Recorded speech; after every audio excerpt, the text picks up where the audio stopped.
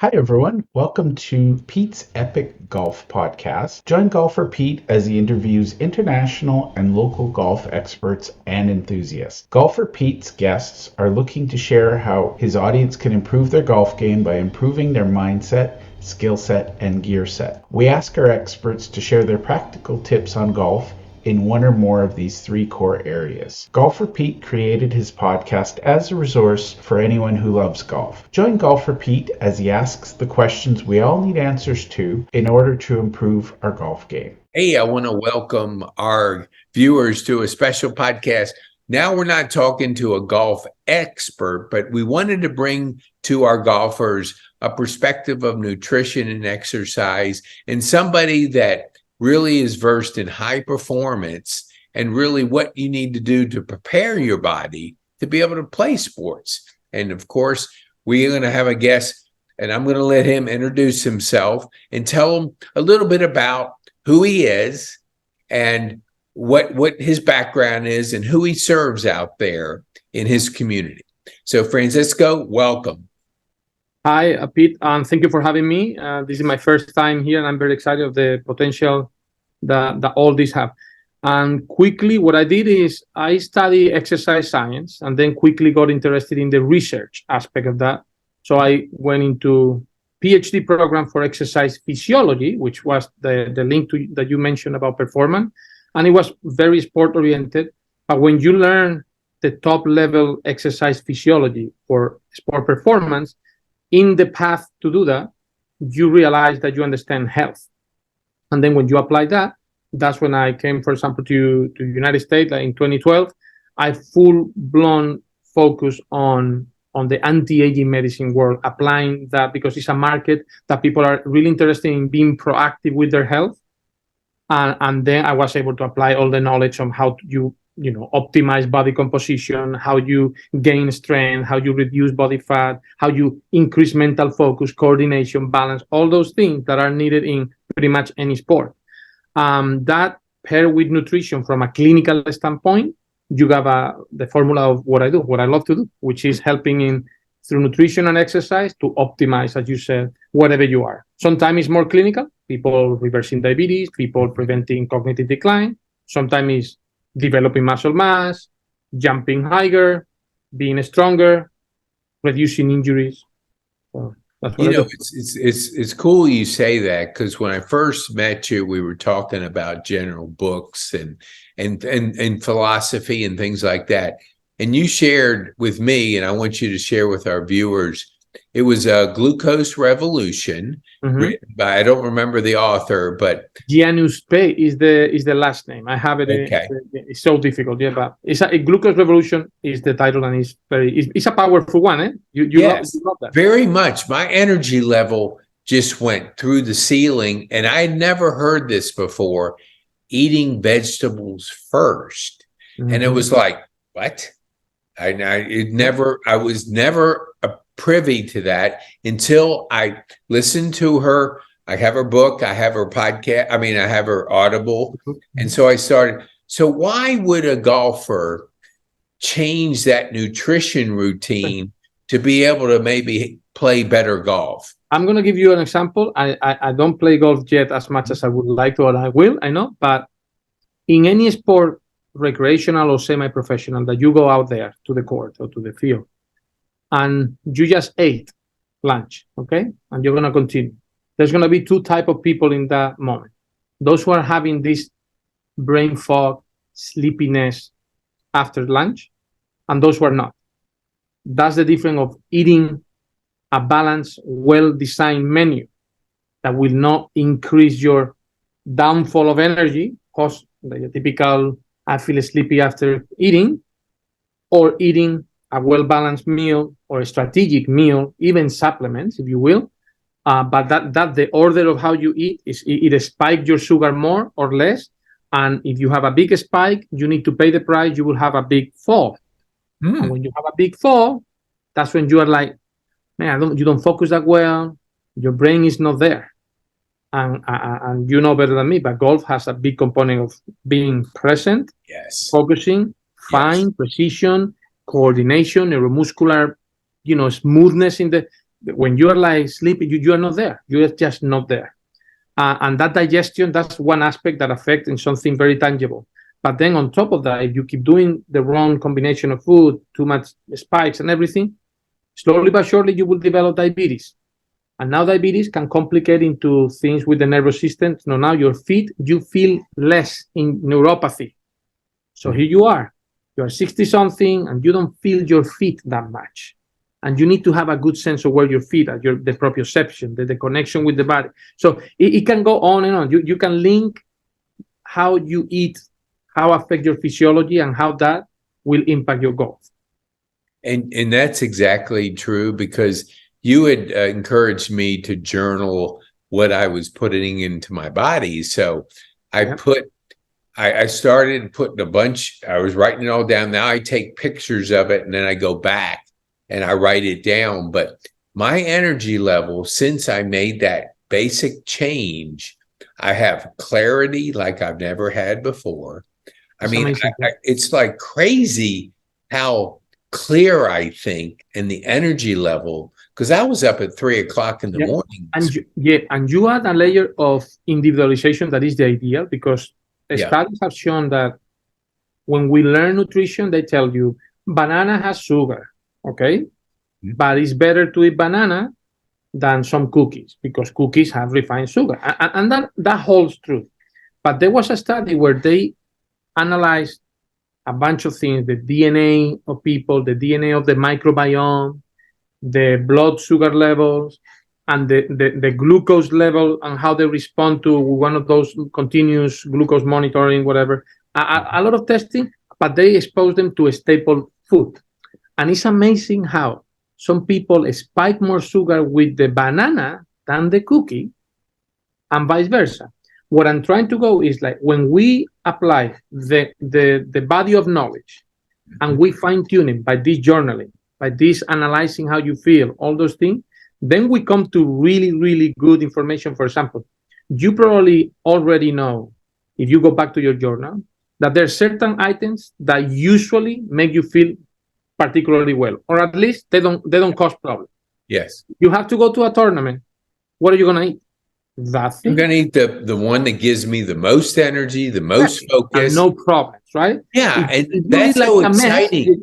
Because in our club that I play, which is Pine Tree, we go to a tournament and they're serving like big old biscuits with, just everything on.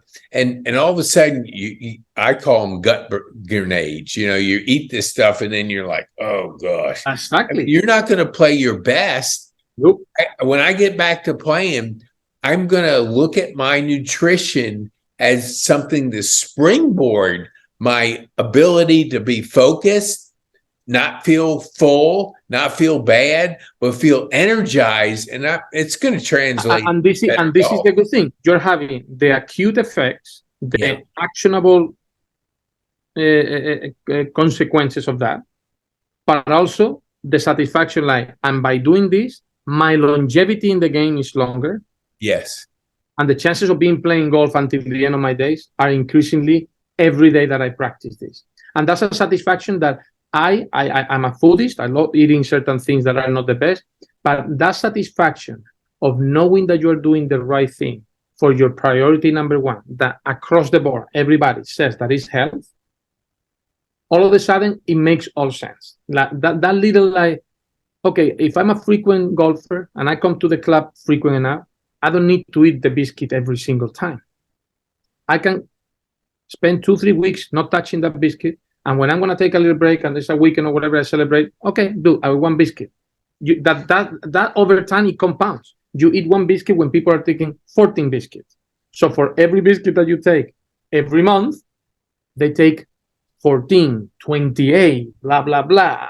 And over time, now I have to take a pill that made me a little bit chubby because of this, because of that. Now everything is snowballed. Their health is deteriorating, everything. And they said that I'm too catastrophic, but it's the opposite. I'm an optimistic, because knowing that you can suffer a little bit or develop this habit, it gives you the fun for longer. I know there's been a whole change in my philosophy of what I put in my body. So from a golfer, we go out there. Let's say we eat properly before we play in it. And we're not talking, for our listeners to really understand, we're not like extremists, like you got to do this. Oh, no. It's just a philosophy of feeling your best and performing your best. And you can choose. I mean, it's not like one hamburger is going to throw you into a tibby. No, but back to the book. Back to the book. You're going to eat burgers. But you can go and say, I'm going to skip the fries for a second. The burger is not going to be with this range or whatever. I'm going to keep it very simple. And some people even go, let's say, I'm going to eat one burger, but if I'm going to eat another burger another day, it's going to be with the lettuce wrap or whatever. Or I'm going to eat the burger, but before that day, I've been eating particularly healthy. And after the burger, I'm not going to continue with the milkshake or I'm going to go back and I have a supplement. I have my greens powder that I put or whatever. So you condense the problem into one thing, right? It's just, as you said, philosophy, because there's time for everything. You just need to truly create the habit of discern and differentiate those moments. Because if you win a tournament, I'm going to ask you to, if you drink or not drink or whatever, you enjoy. Don't tell me, no, excuse me, can I have water instead of a beer today? No, don't do that, right? What about, because, your golf rounds typically between 4 and 5 hours. So let's say you go out in the morning and you eat properly to start. What type of snacks should our golfer be thinking about during the round? So you're out there on the course, instead of grabbing a hot dog at the turn, what snacks would you recommend for high performance and to keep your energy level high? Obviously, the answer will always be, it depends. You can personalize or whatever, but we need to, for the sake of conversation and for the listener and viewers, definitely the formula it should not be something that is going to spike and put you down. Okay. And now you have to think what your body is demanding. Your body is demanding still focus, demanding physical performance, stamina, all that. It's not demanding a fulfilling of the stomach that need to digest a lot. You have plenty of energy. So what you need is hydrate yourself with electrolytes. So you're going to be drinking equivalent to a Gatorade or something, some powders that they can put in your water, and that's what you drink. Right. And then when you're going to eat, you need to eat something that sustains the energy, not that gives you a spike. Because if you are like 2 hours in the game and you want something, nuts play that part significantly better than fruit, for example. Okay. If you are what type of nuts because I eat walnuts, but what type of nuts let's be generic right now. Nuts, ideally raw, so they are not roasted, and because that's not that healthy, right? Ideally raw, but nuts is a formula, and nuts and a little bit of fruit that you can have in a Ziploc. For example, you bring a few blackberries or strawberries or something like that with some nuts. That is significantly better than a sandwich, than for sure chips and or a cheap granola bar, right? If you want to go one more layer, and you don't need it for 4 hours, but let's say that you are very thorough in your lifestyle and you are working out in the morning, whatever, and you want to keep a good supply of protein and fulfill whatever, you can do the little bit of fruit with little bit of nuts and a protein shake. That you have the powder ready, you just put water and just drink your protein shake. That would be another one.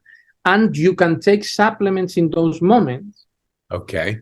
That help you. For example, there's some supplement. I don't know if I can name brands that I know.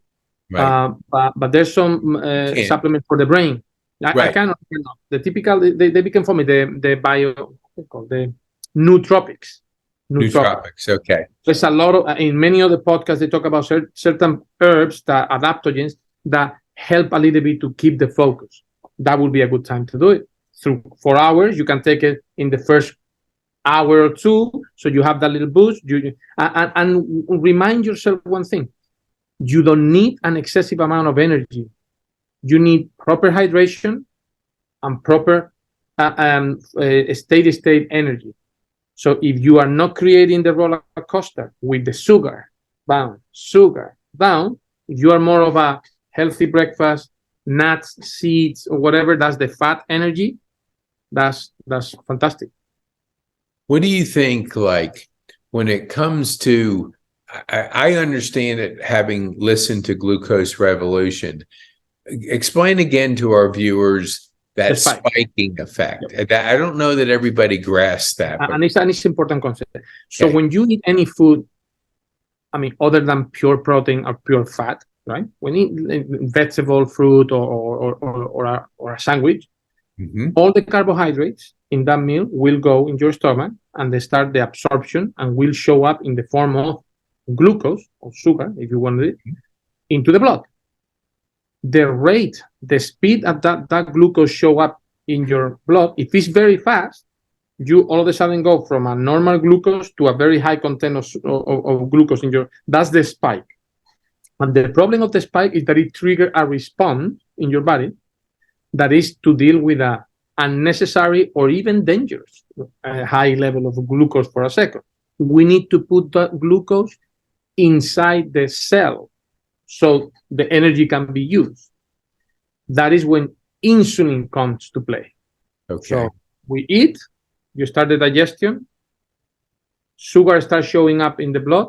Depending on if you're eating too much simple sugar or your fruit and sugars is first instead of your veggies that has more fiber, depending on what you eat and in what order, that raise of sugar, it turns to be a spike instead of a progressive raise. And you have to bring the insulin into the game, but the insulin comes. If you have a spike, normally you put too much insulin to tame that.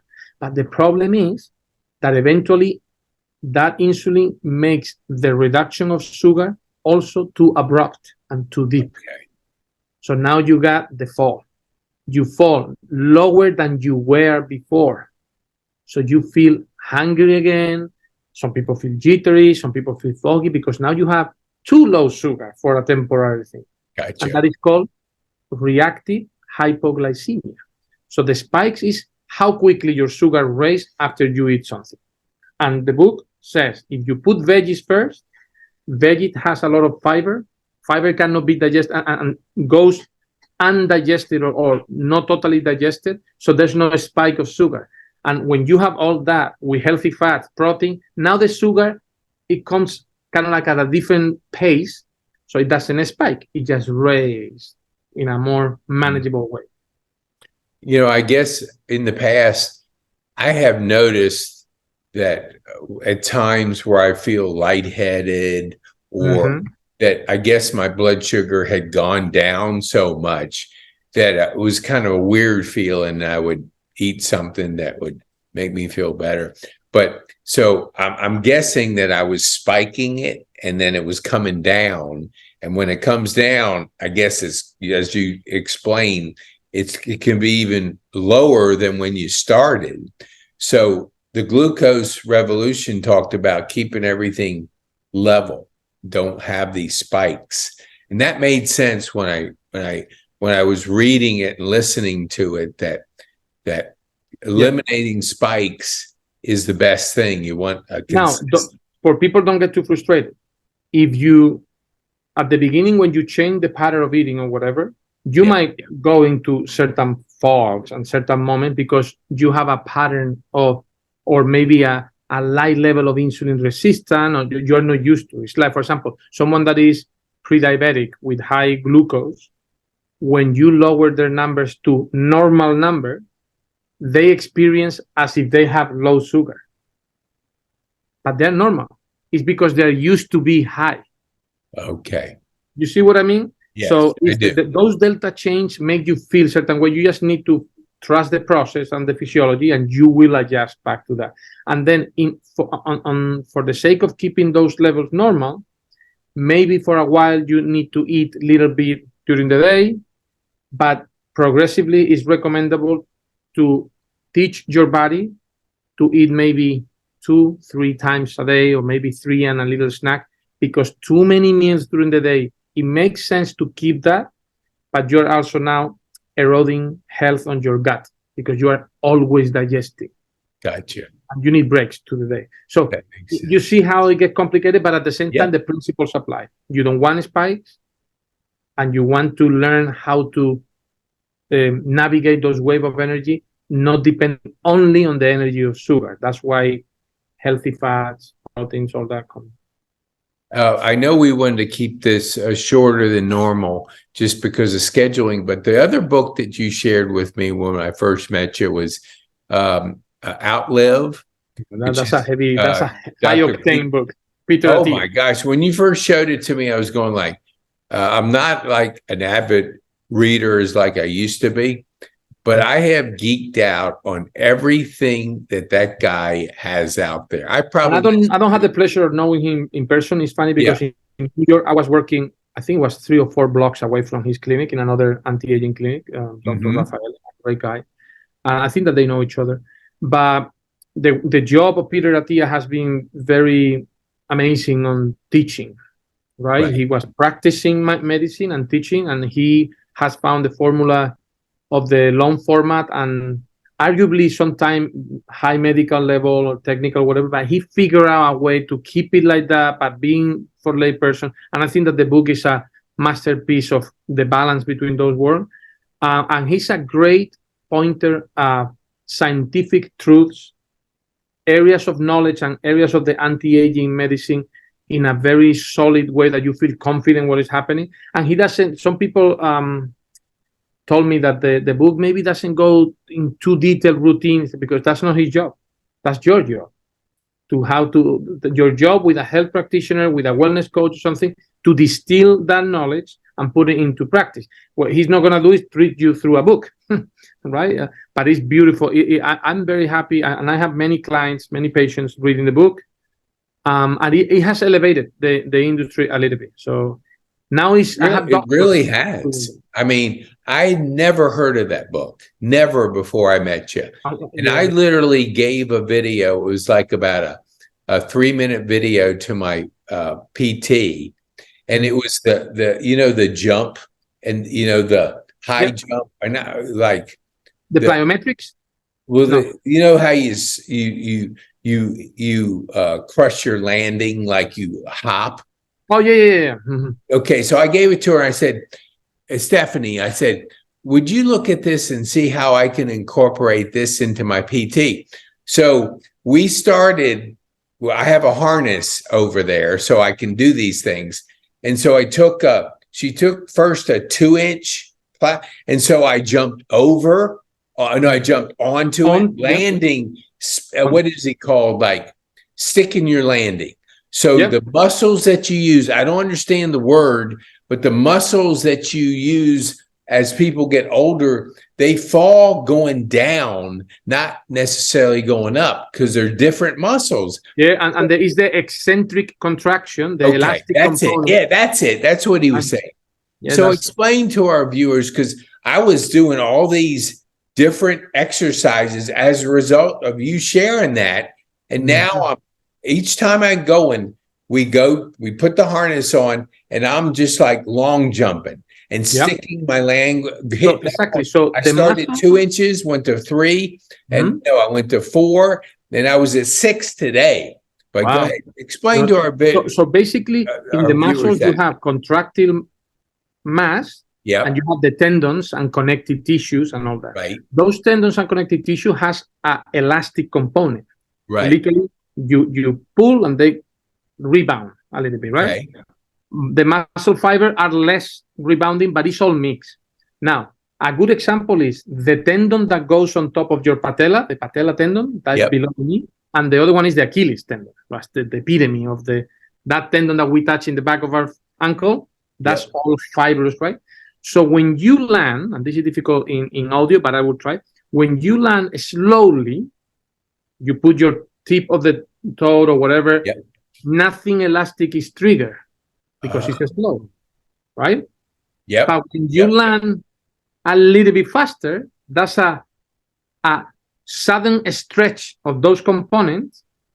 And this is the beauty of physiology. There's nervous fibers attached to those components that detect when there's a sudden stretch of the structures. And as a protection, they contract.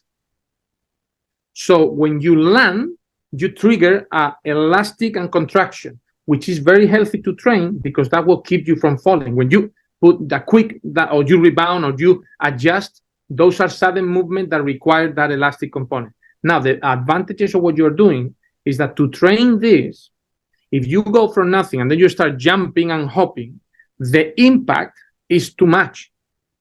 When you land, if you jump from A to B and you just hop, you in the air, you fly and then you land.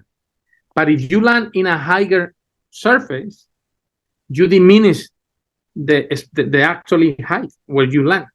If let's put inches. When you get to 10 inches, you are at 0 inches, you jump. Imagine that you jump 15 inches high, right? Now you are in the air 15 inches high. Mm-hmm. If you fall again to 0, the fall is a 15 inches fall. Yep. That impact. But if when you're going to land, you land at 10, the flight time landing is only 5 inches. Do you understand what I mean? Yeah. So that in golfers' term, balance is so key. Oh, this develop a sense of that balance. would help your balance. Not only your balance, it will help also your sense of proprioception. The surface is not flat. Okay.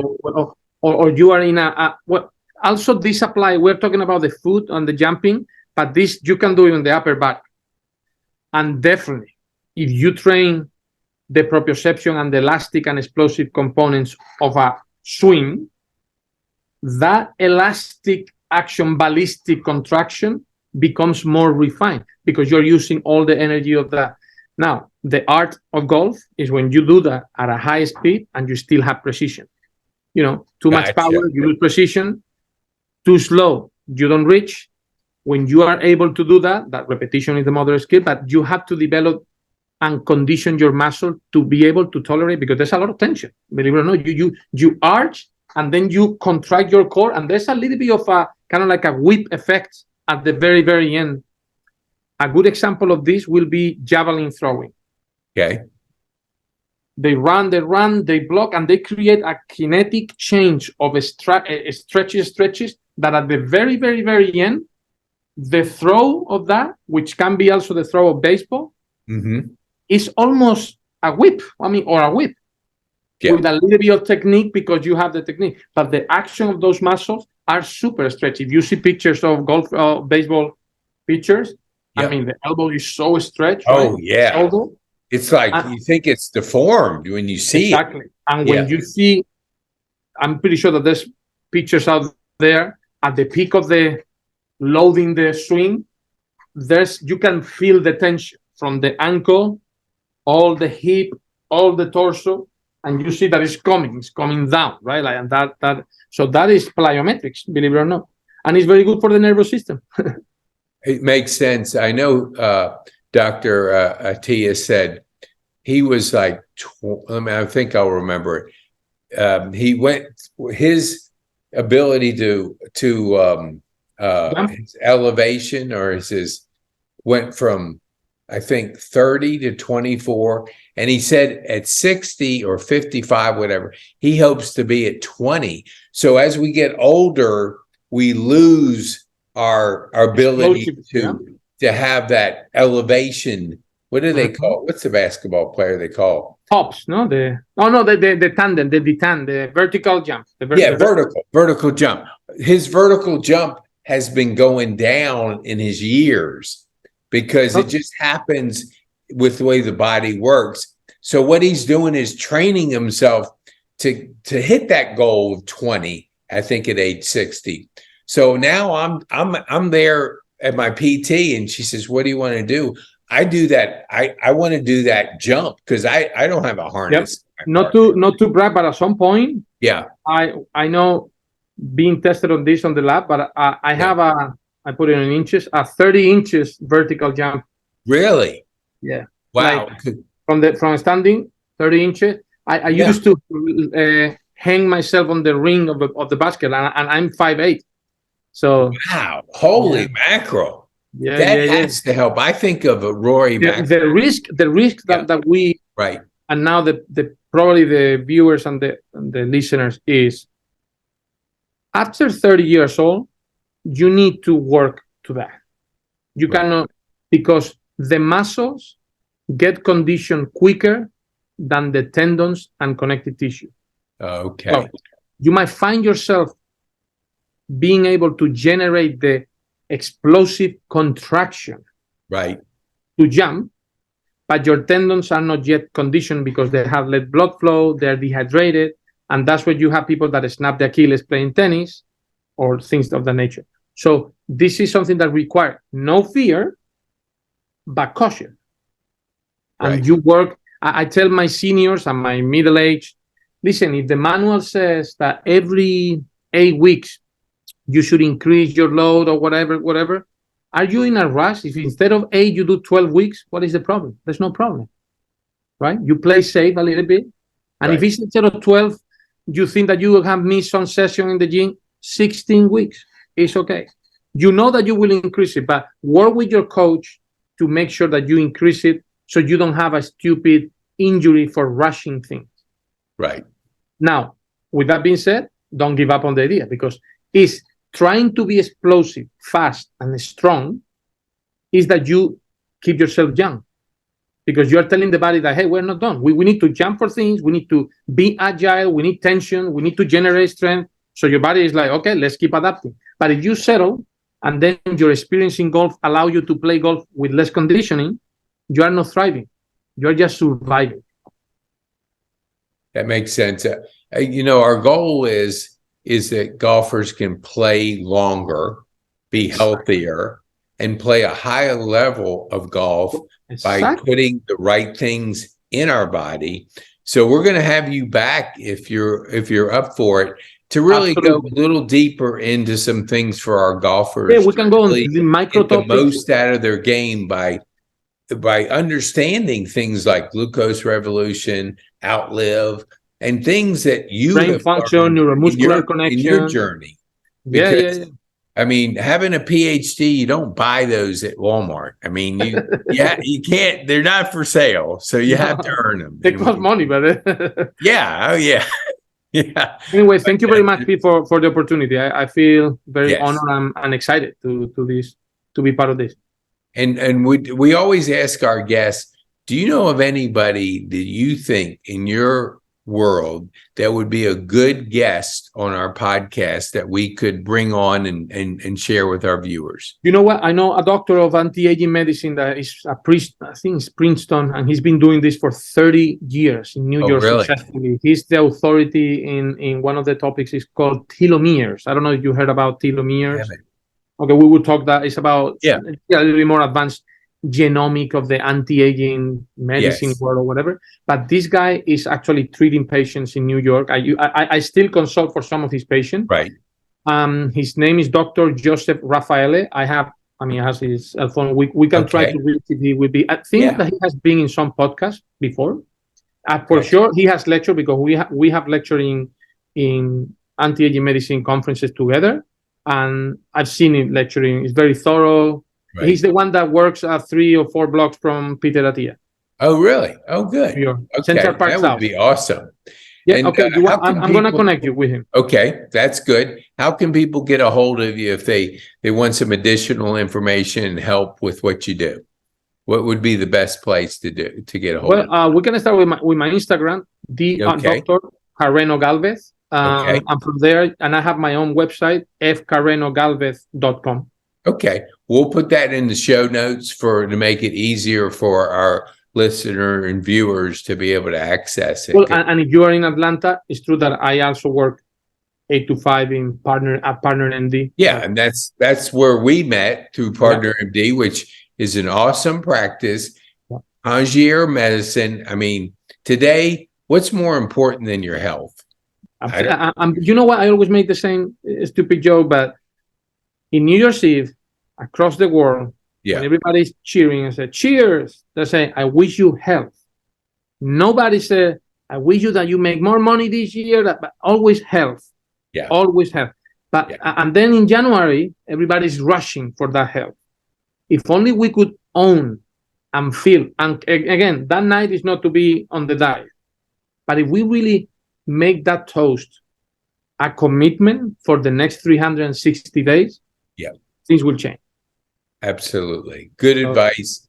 And I appreciate you sharing your information with our viewers and our golfers out there. We can be challenged to just adapt some things to get Exactly. better performance on the golf course and feel better. Don't fear that. What I said in English, like, I dare you to shine more in the golf course by putting all the effort. Like maybe training some way, maybe some supplement, maybe stop eating certain way, fasting, whatever it is that it works. And then all of a sudden you start seeing that you do better. You're going to be more happy. Okay, well, Pete. our golfers want to win. They're competitive. And so, we talk about mindset, skill set, and gear set.